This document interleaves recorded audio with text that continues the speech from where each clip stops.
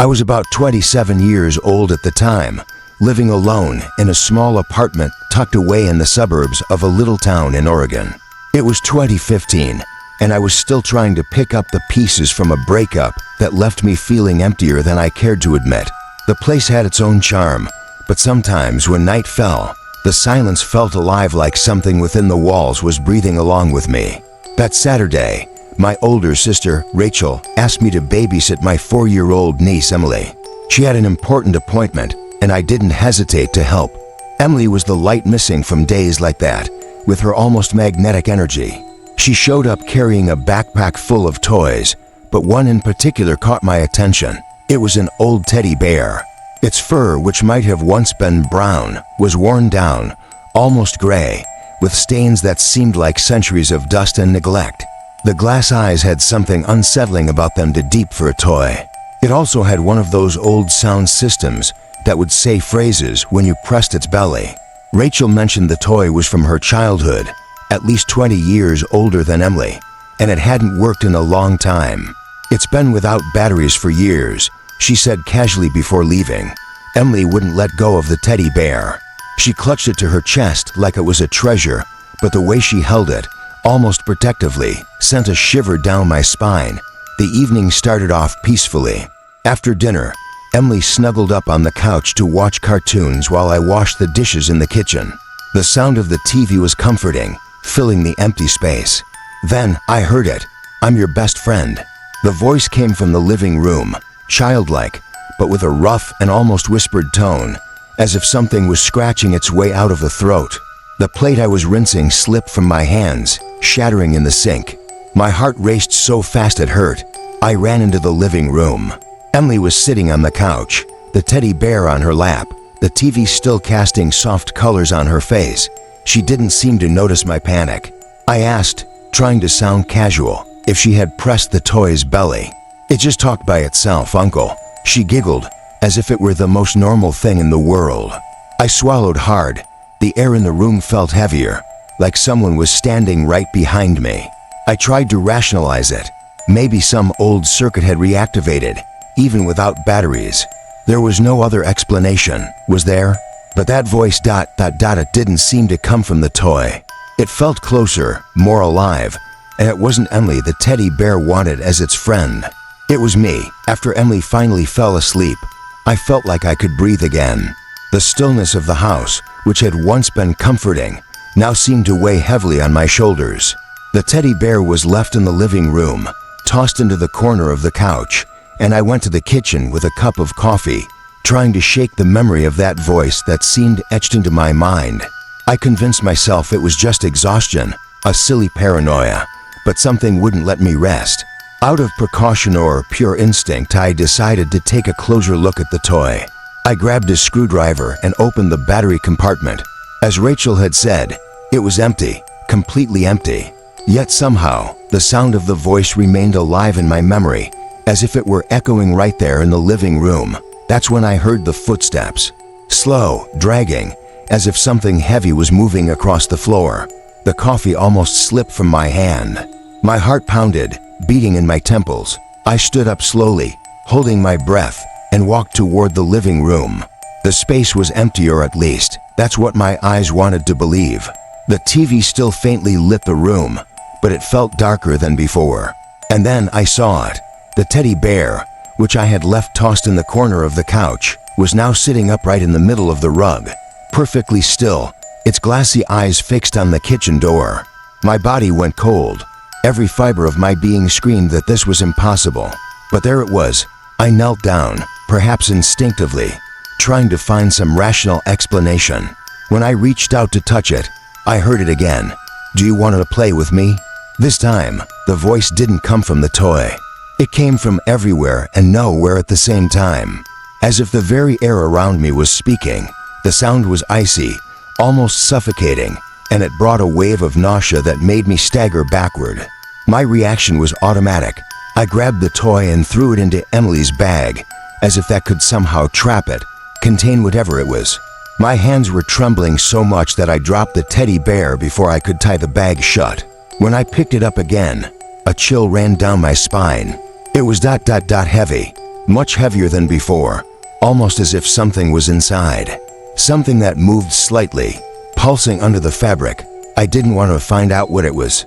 I just shoved the bag under the table, as if that could put some distance between me and whatever was happening. The decision came immediately. As soon as Emily woke up, I would take her back to Rachel's house. It didn't matter what time it was, I just needed to get out of there. The early morning hours were pure hell. After putting the toy away, I sat on the couch, trying to distract myself with the TV.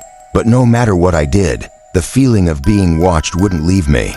The apartment, once just small and simple, now felt alive. The air was colder, denser, and every sound carried a different weight. The creaking of the wood under my feet, the uneven hum of the refrigerator, even the wind outside, which seemed to drag itself against the windows with an unsettling persistence.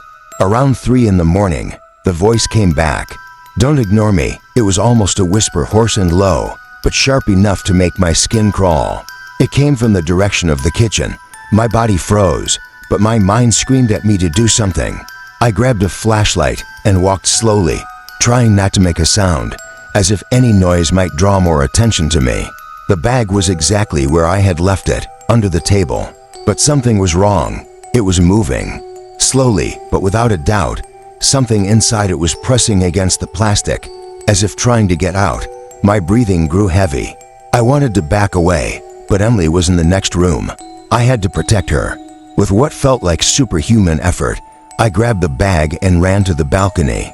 I slid open the glass door and, with all the strength I could muster, threw the bag outside. I quickly locked the door and stepped back, watching it from the other side of the glass. The wind began to howl, as if something had been awakened out there. And then, for a brief moment, I saw it. A shadow, far too large for the size of the teddy bear, casting itself on the balcony wall. I didn't dare look any longer. I turned and went back to the couch, trying to calm my frantic heartbeat, but the silence was unbearable. It wasn't ordinary silence, it was a void, as if something had been torn from the space, leaving it incomplete. Then I heard Emily, a low, broken sob, coming from her room. I ran to her, each step echoing down the hallway like a sentence being pronounced. I found her sitting on the bed, her eyes wide and fixed on the corner of the room. "He's here, Uncle," she said, her voice trembling. I followed her gaze and felt my blood turn to ice. In the corner, where there had been nothing before, sat the teddy bear, perfectly upright, its head slightly tilted to the side, as if it were analyzing us. I knew it was impossible. It was locked outside, on the balcony. I had put it there myself. But there it was, in the corner of the room, challenging us, waiting. Something inside me knew that the teddy bear had never really left.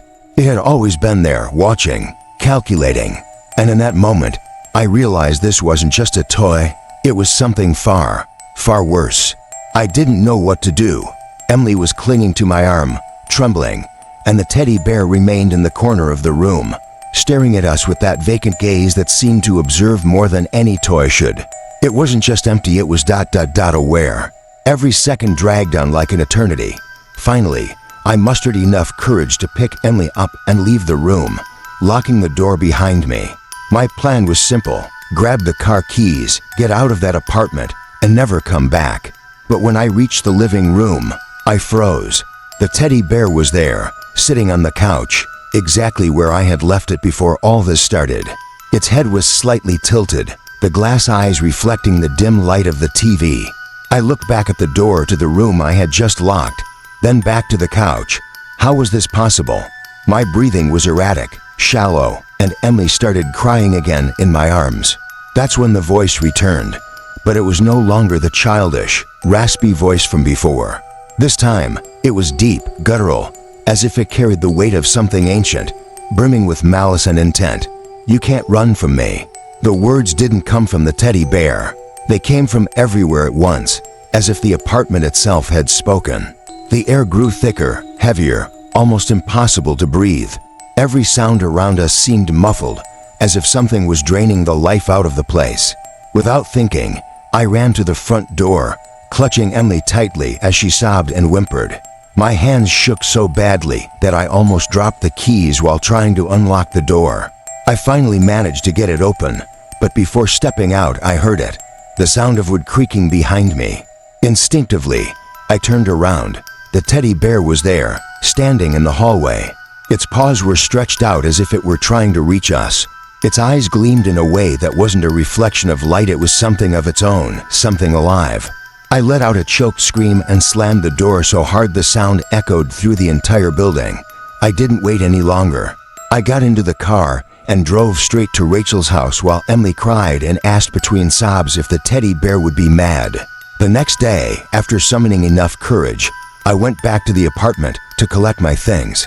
The place was exactly as I had left it, except for one detail. The toy was gone. It wasn't on the balcony, in the room, or anywhere else. The bag where I had thrown it was untouched, but completely empty. Since that day, I haven't been able to sleep well. Sometimes, I wake up in the middle of the night with the feeling that something is watching me in the dark. It doesn't matter where I am, that sensation never leaves. Emily still asks about that teddy bear from time to time, with the same innocent curiosity, but I've never had the courage to tell her the truth. Because deep down, I don't even know exactly what happened, but I know it isn't over.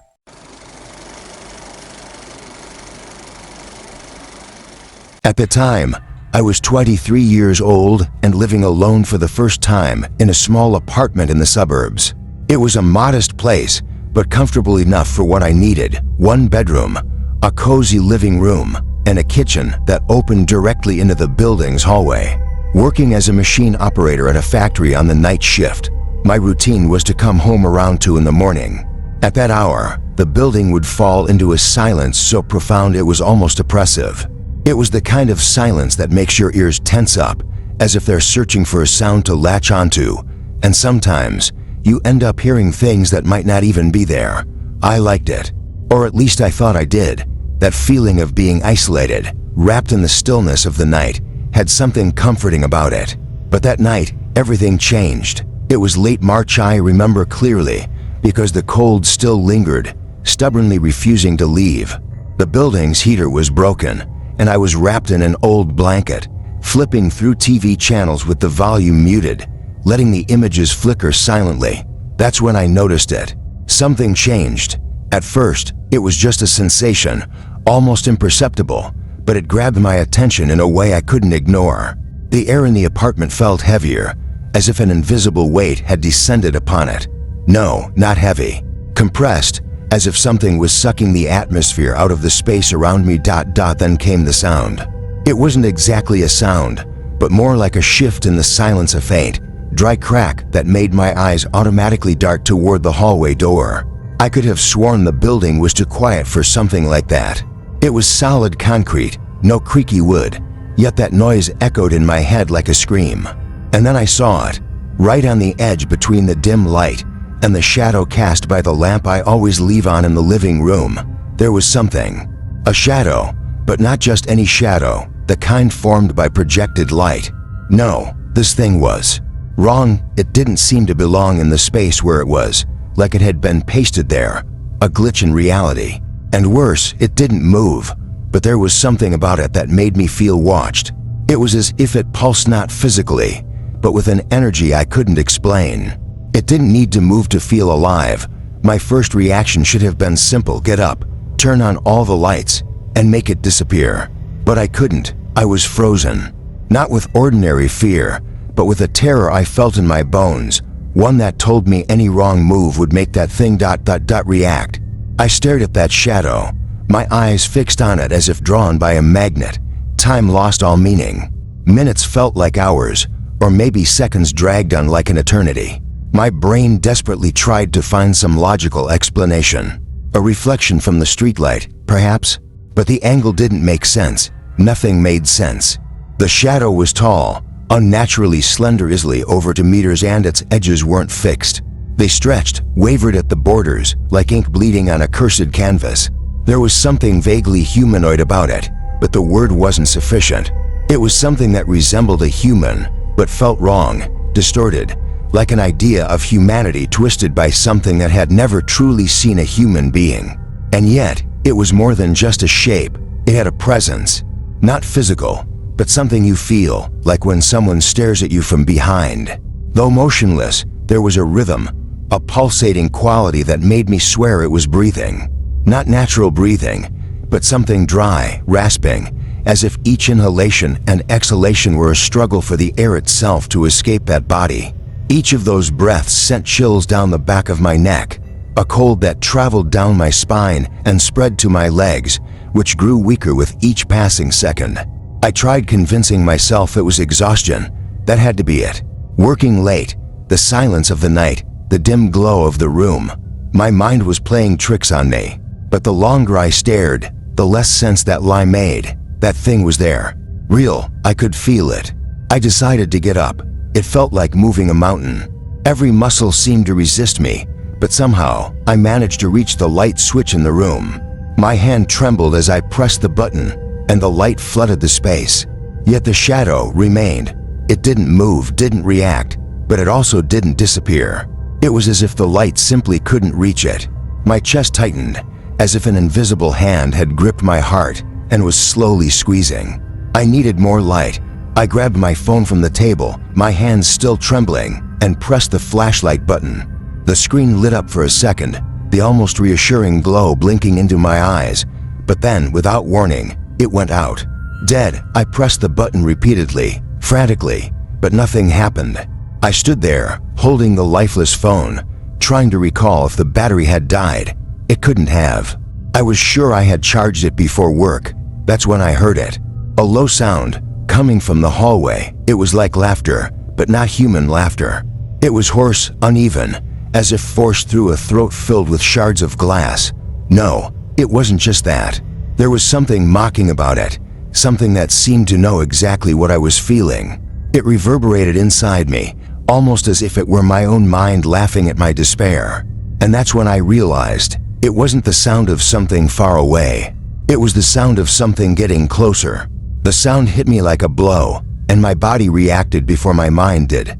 I took a step back, stumbling over the couch. I almost fell but managed to steady myself with a trembling hand. My heart pounded in my chest, each beat an explosion that seemed to echo in the silent room. For the first time, the idea of running, of simply bolting out the door, consumed me. But my legs wouldn't obey. It felt like something in the atmosphere had trapped me, like that thing had seeped not just into the room, but into me, suffocating my will. It wasn't just fear, it was a silent command, an oppressive presence that seemed to whisper, "You're not going anywhere." And then the shadow moved. It didn't walk, it didn't float, it just shifted, a movement impossible to describe. It was as if the air around it compressed, pushing it slowly in my direction. It had no feet, no hands, but its form rippled, twisted like solid smoke, inching closer to the entrance of the room. The nearer it came, the heavier the air became. Breathing was difficult, as if the oxygen was being drained from the environment. The temperature plummeted, the kind of cold that clings to your skin, that sinks deep into your bones. A violent shiver ran down my spine. Then I heard it. A dry, low sound, but unmistakable. Something was lightly scratching the wooden floor in the hallway. Instinctively, I turned my head to look, but there was only darkness, nothing.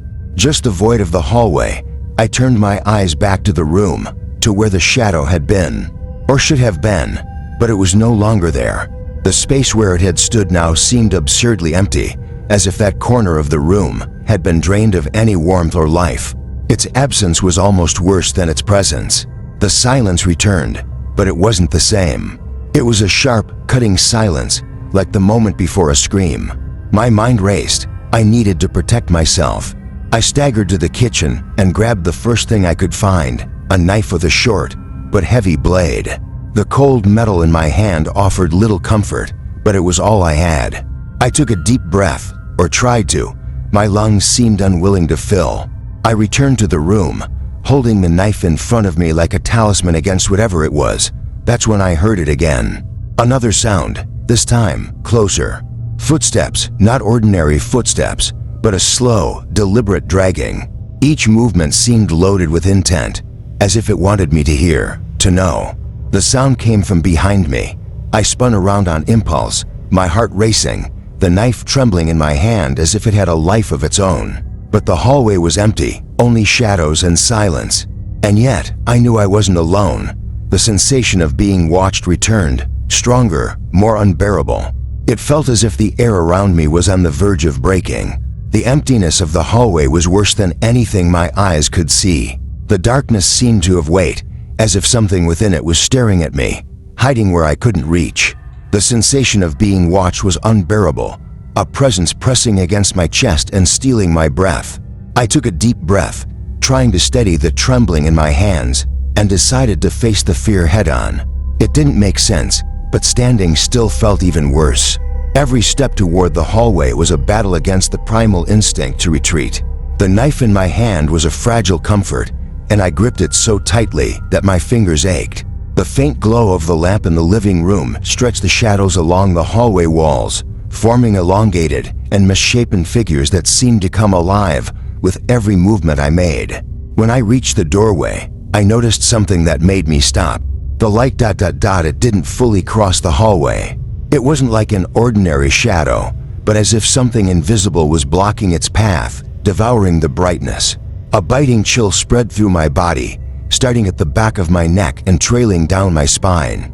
That's when I saw it. The shadow was there, just a few inches from me. This time, it wasn't just a blot. It quivered, moving erratically, as if it was molding itself, trying to take on a more defined shape. Vague contours began to emerge, suggesting something humanoid but grotesque, incomplete, like a sculpture of flesh hastily carved. My body froze, as though all the blood in my veins had turned to ice. Before I could react, a hissing sound sliced through the air, directly into my ear. It wasn't an ordinary whisper. It didn't form words, but seemed to fill my mind with images and sensations I couldn't comprehend, a cacophony of pure panic. The air grew heavier, almost solid, and I felt as if I was being pulled into that hallway, into that thing. And then everything changed. The shadow surged forward. It was fast, violent, as if the entire hallway had been consumed by it. The darkness hit me like a wave, erasing everything around me. I fell backward, the impact with the floor knocking the wind out of me, but for a moment, I felt as if I wasn't even there. It was like floating in a void, weightless, groundless, just an endless darkness. When the darkness dissipated, I woke up on the living room floor. The knife was still in my hand, my fingers stiff, as though I'd never let go. The room seemed normal. The lamp's light was still there. The silence had returned, but none of it felt reassuring. I glanced at the clock on the wall. It was already 6 in the morning. The night had vanished, as if it had been torn out of time. I haven't slept since. I can't. Even now, years later, I avoid looking at that hallway at night. There's something in it, something that hasn't left. Something that, somehow, I know is still there, waiting.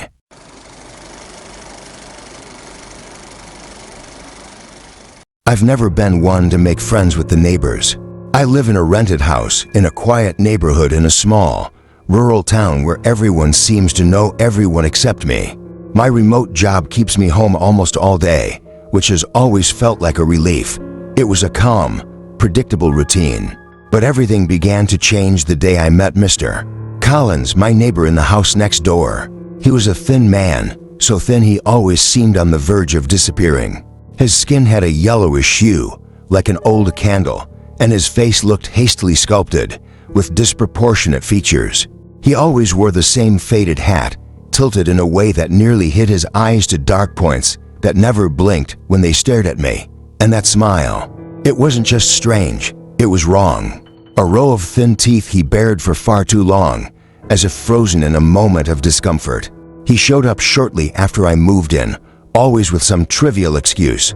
I saw you change the porch light, or I thought I heard something strange coming from your garage. At first, I thought he was just a lonely guy trying to be friendly. But there was something about the way he spoke too slow, as if he carefully chose every word that left a knot in my stomach. Things started to change a few weeks later. He began showing up almost daily, often without even knocking on the door. Sometimes, he would just stand on the other side of the window, watching me. What he said also started to sound different. One time, he remarked, "Your house seems so quiet, almost like you can hear the walls breathing." I laughed awkwardly, but that phrase stuck with me for hours, echoing in my mind. Then came the poem. He handed me the paper one late afternoon, without warning. The sheet was crumpled, the handwriting shaky, as if written in a rush. But it was the content that truly unsettled me. It spoke of loneliness, shadows whispering behind closed doors, and people who are never really alone. The words seemed alive, pulsating on the page, as if they had been written for me or about me. I thanked him quickly, almost mechanically, and tried to end the conversation, but he didn't move. He just stood there in the doorway, staring at me with that static smile. Time seemed to stretch until he finally turned and left without saying another word. When I closed the door, a chill ran through me so strong my muscles locked up. I rushed to lock everything, doors, windows, even the garage gate. That night, I felt as though his eyes were still watching me, even after I turned off all the lights. After that incident with the poem, things started to get even stranger. Collins seemed to know exactly when I would be home, with nothing urgent to do. He always appeared at the most inconvenient moments, as if he had an invisible timer synchronized with my routine. And he brought gifts. Not ordinary gifts, but things that only made his presence even more unsettling. One day, it was an antique vase with dried flowers that smelled musty. Another time, a rusty key he swore he had found in the yard, but the worst was the porcelain doll. It was small, worn by time, and one of its eyes was cracked, forming a fissure that seemed to widen every time I looked at it. He held it as if it were a sacred artifact, insisting it was a family heirloom. I tried to refuse, but he wouldn't take no for an answer. "She'd be fine here, with you," he said, with that smile that never changed. It wasn't a real smile, but something mechanical, almost forced, as if he were stuck in a loop. After each visit, it felt as though my house was infused with his presence. It was a strange weight, a restlessness I couldn't shake, even after locking all the doors. Then, one night, something happened that changed everything. I was working late, the house immersed in silence, when I heard a faint sound coming from the living room window. It was so subtle that, for a moment, I thought I'd imagined it.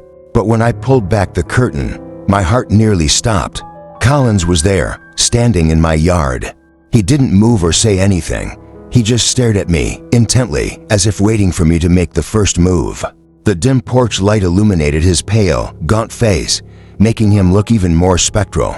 In his hands, he held something small, wrapped in dark fabric. He hadn't called my name or knocked on the door. He was just there. My first instinct was to ignore him, but the sensation of his eyes piercing me made that impossible. I took a deep breath and opened the door, feeling the cold night air wrap around me. He extended the bundle, saying nothing for a few seconds, then murmured in a tone so faint I barely caught it, "Take it. It's for your protection." There was something in his voice. It wasn't kindness, but something deeper, almost like a warning. Before I could react, he turned and vanished into the darkness, his footsteps as silent as a shadow dissolving. I stood in the doorway for minutes, holding the bundle as if it were a bomb about to explode. That night, I couldn't sleep a wink. I should have thrown the package away at that very moment, but curiosity got the better of me. With trembling hands, I entered the house, locking the door behind me, and sat on the couch, staring at the package as if it were something alive. The fabric wrapping it was grimy, covered with a thin layer of dust that seemed ready to disperse at the slightest touch. The smell was pungent, a mix of mold and something sweeter, almost rotten. When I finally unwrapped it, the air seemed to grow heavier. Inside was a piece of bone, irregular, grotesquely polished, as if it had been scraped by impatient hands. It was smooth to the touch, but something about the surface gave the impression that it still carried some kind of latent energy, something ancient and wrong. Tied to the bone was a faded red ribbon securing a folded piece of paper. With hesitant fingers, I untied the ribbon and unfolded the paper. There, in crooked and slightly smudged handwriting, were the words, "To keep them out." The words burned into my eyes for a few seconds. There was no explanation, no context, but the phrase carried a weight that seemed to fill the room. A shiver ran down my spine, and my hand trembled so much that I dropped both the bone and the paper to the floor. They lay there, motionless, yet it felt as if they occupied the space incorrectly, as though the entire room had reshaped itself around their presence. That night, sleep was impossible. The package remained where it had fallen, but it seemed to pulse, even in the dim light. It was as if the air around it vibrated imperceptibly, disturbingly. I lay on the couch, trying to convince myself it was nothing more than a macabre prank from an eccentric old man, but every fiber of my being knew it wasn't that simple. At 3 a.m., the sound began. It was subtle at first, a faint scratching that seemed to come from the front door. My body froze. The sound grew louder, slow and methodical, like long nails scraping against the wood in a deliberate rhythm. It wasn't an ordinary noise. It had something unsettling about it, something that seemed to resonate directly with my nerves. For long minutes, I stayed still, my heart pounding in my chest, until I mustered the courage to stand. Each step toward the door felt like a monumental challenge. When I finally peeked through the peephole, I felt the blood drain from my face. There was no one there, yet the sound continued. It was impossible. The scratching was right in front of me, but the space outside was empty, as if the air itself was producing the noise. I stumbled back to the couch, collapsing onto it, my eyes fixed on the door, and my ears straining to catch every small sound the night brought. I didn't close my eyes until dawn. And even in the light of day, the feeling that something was watching me never went away. The next day, I decided it was time to confront Collins. As soon as the sun rose, I walked to his house, my thoughts spiraling. But the moment I arrived, I realized something was wrong. The garden, which he used to keep immaculate, was neglected, with grass so tall it covered the front steps. The windows, always open to let in the light, were shut with heavy, dark curtains that seemed to almost suffocate the house from the inside. A heavy silence hung in the air, so dense that even the birds seemed to avoid it.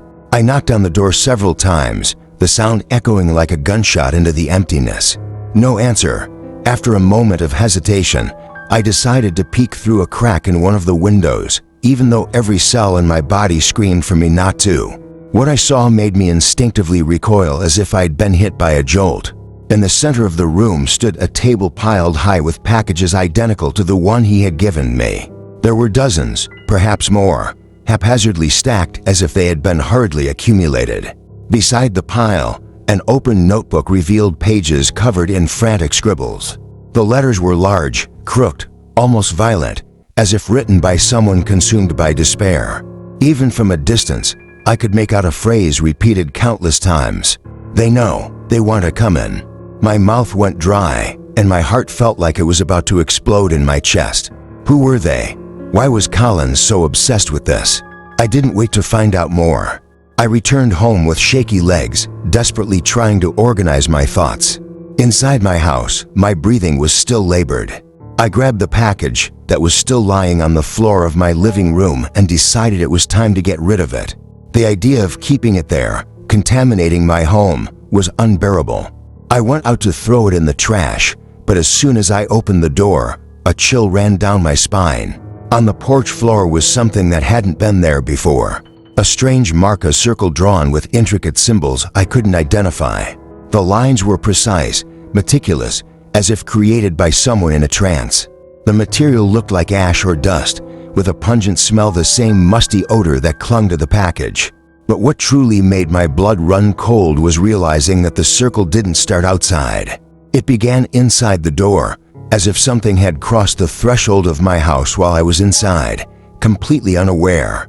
At that moment, fear gripped me in a way I had never felt before. The circle on the floor wasn't just a drawing.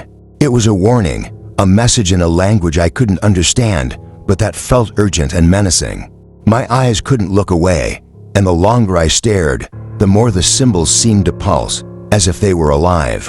With trembling hands, I picked up the phone to call the police, but the call wouldn't go through. Instead of the usual dialing tone, a distorted sound filled the line, a muffled whisper, almost human, repeating something incomprehensible. The feeling of being watched grew stronger with every passing second. Abandoning the phone, I ran to the car, determined to leave for at least a few hours. But when I reached the garage, my heart sank. The tires were completely flat, all four of them. It wasn't a normal puncture. The deep marks in the rubber suggested that something heavy or sharp had crushed them. The thought that this had happened while I was inside the house made my stomach churn. With no other option, I went back inside, locking the door with every bolt and latch I could find. I sat on the couch, my heart still pounding, trying to collect my thoughts and figure out what to do next. And that's when I heard it. A sound coming from the hallway, a dragging noise like heavy footsteps from something that could barely walk. It sounded like it was moving with effort, as if each step was a struggle. The noise echoed unnaturally, as though the space itself was warped, reverberating in places it shouldn't. My heart was racing so fast it was hard to breathe, but I summoned every ounce of courage I had left, grabbed a flashlight, and walked slowly toward the sound. Each step I took seemed to be accompanied by another, heavier and farther away. When I shined the flashlight down the hallway, it revealed only ordinary shadows. But my bedroom door, which I was sure I had closed earlier, was now open. Swallowing hard, I stepped inside cautiously, feeling the air in the room colder than the rest of the house. My eyes immediately landed on the bed and my blood ran cold. Colin's package was there, sitting on top of the quilt, perfectly centered. The red ribbon had been tied back around the bone as if it had never been removed. I knew I had left it in the living room. There was no way it should have been there. The overwhelming sensation that I wasn't alone was almost unbearable. I was certain that whoever or whatever had moved the package was still in the house, and it was waiting. I can't quite describe what happened next. It was as if my body took over, driven by pure instinct, while my mind screamed in despair. I grabbed the package with trembling hands, its weight seeming to double with each passing second, and ran to the backyard, ignoring the biting cold of the early morning. In the farthest corner of the yard, I began digging frantically, my fingernails ripping chunks of dirt as my hands fought against the shovel. Each second felt like an eternity. The sensation of being watched was unbearable. There was no one there, I was certain of it, but I felt invisible eyes fixed on me, weighing on me like sharp blades. When the hole was deep enough, I threw the package into it without hesitation. I covered it with dirt as quickly as I could, my muscles throbbing from the effort and fear, then ran back inside. I locked every door, every window, and even the doggy door I didn't use. I stood in the living room, ears alert, trying to convince myself it was over, but it wasn't. That same night, the terror reached a new level. At 2 a.m., I was jolted awake by a crash that reverberated through the house.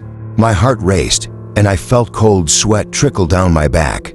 I grabbed the flashlight with trembling hands and hesitantly walked to the living room, my steps as heavy as lead.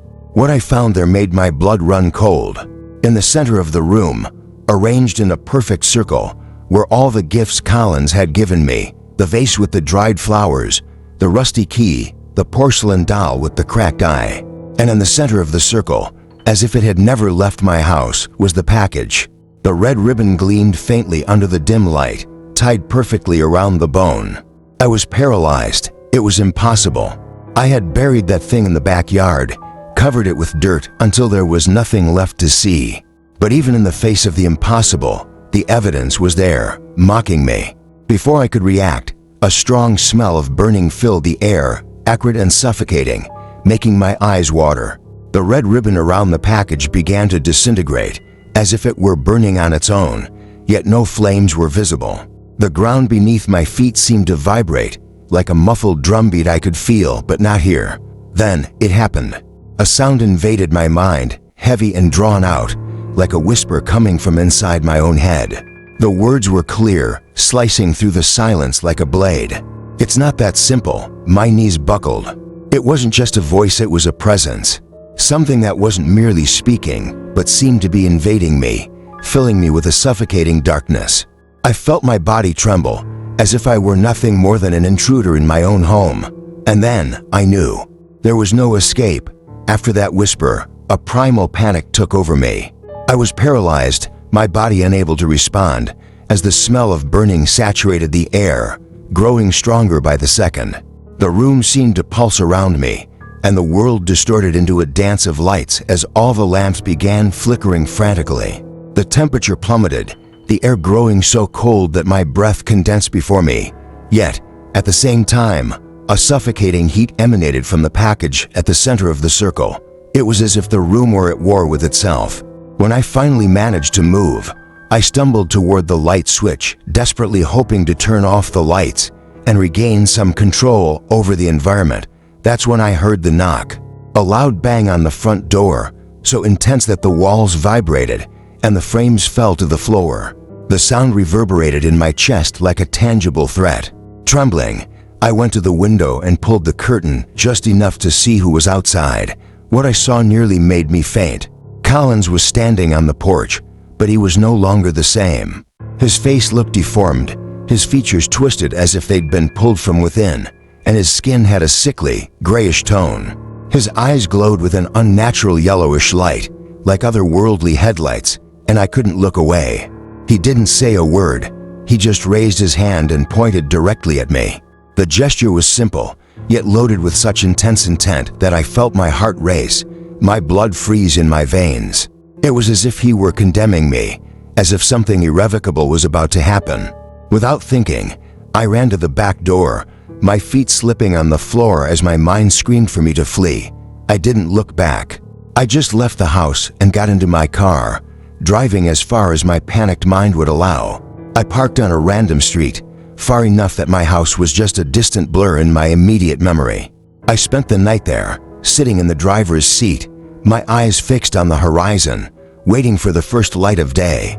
The tears came silently, mingling with the lump in my throat that I couldn't shake. When I finally gathered the courage to return home, the morning was already bright. But as I entered, a disturbing emptiness greeted me. The room was exactly as it had been the day I moved in.